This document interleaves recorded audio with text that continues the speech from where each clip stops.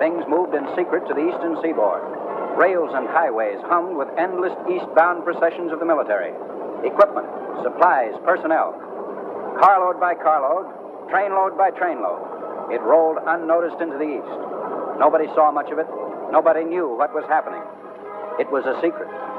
And the secret was being kept, even while American troops poured into the waiting transports in the harbors of the east, and docks and wharves overflowed with a stream of American goods of war. Across the Atlantic, British factories were also jamming up rail lines and wharves of England with British tanks and guns.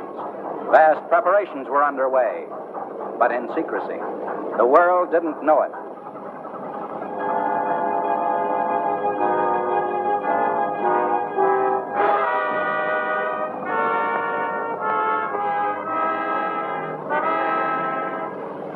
The free press of the world was shouting with increasing clamor for a second front attack against Germany, while troops were pouring from training camps all over the United States and England into the ships in the Atlantic ports.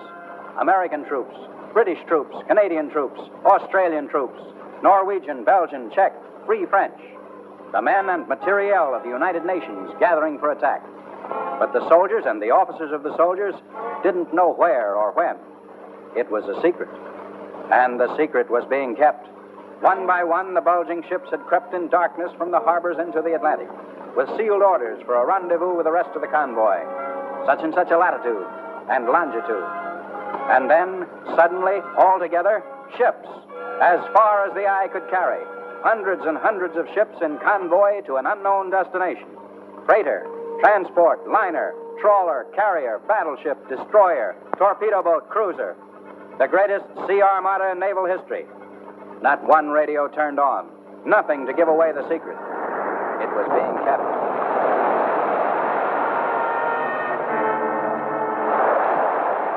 Just 2 weeks after Pearl Harbor, in Washington, this vast strategy had been formulated. President Roosevelt had created the plan. Prime Minister Churchill heartily endorsed it. And together, in the dark days of late 1941, the two Allied leaders discussed their strategy. To General George Marshall had gone the job of preparing the operations. And in England in April, he completed arrangements with Britain's Prime Minister. Dwight Eisenhower, now Lieutenant General, became commander of the new European theater.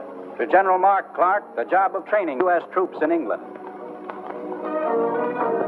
10 untiring months after its formulation, the massive convoys nosed in silence toward their Gibraltar rendezvous. And yet, only a small handful of Allied officials knew what was coming. Scores of thousands of Allied troops en route to the attack, armed and supplied. And yet, a secret from the impatient world.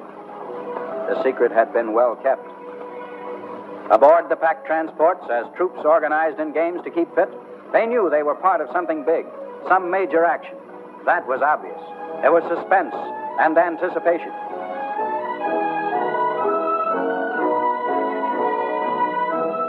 After several days en route began daily inspection of equipment and arms.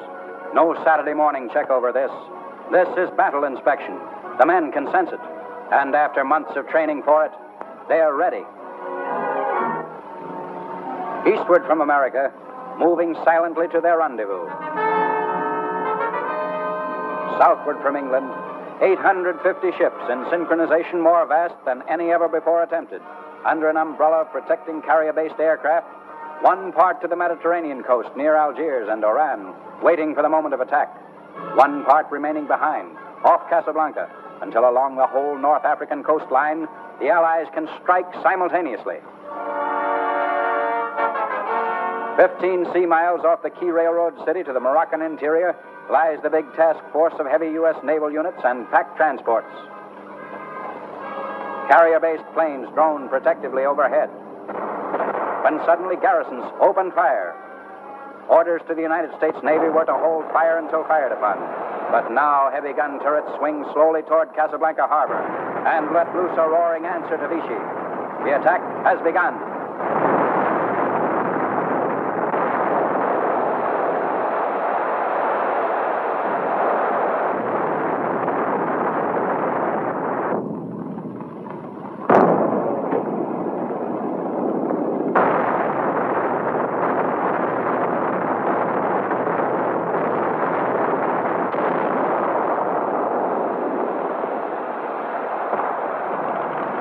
The unfinished Jean Bart, which was to have been the mightiest ship of France, lies smoking and in ruins from the uncanny precision of the 12-inch shells of U.S. battleships 12 miles offshore.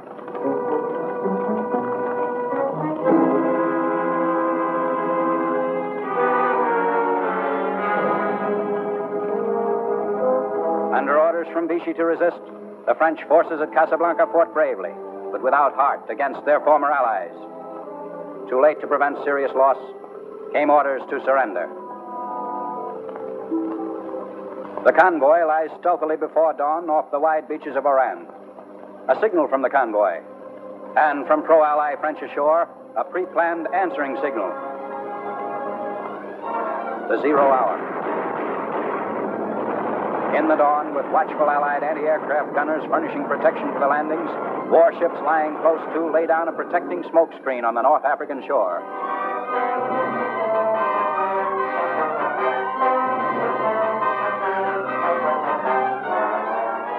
The first waves of British and American invaders scrambled down the landing nets flung over the sides of their transports.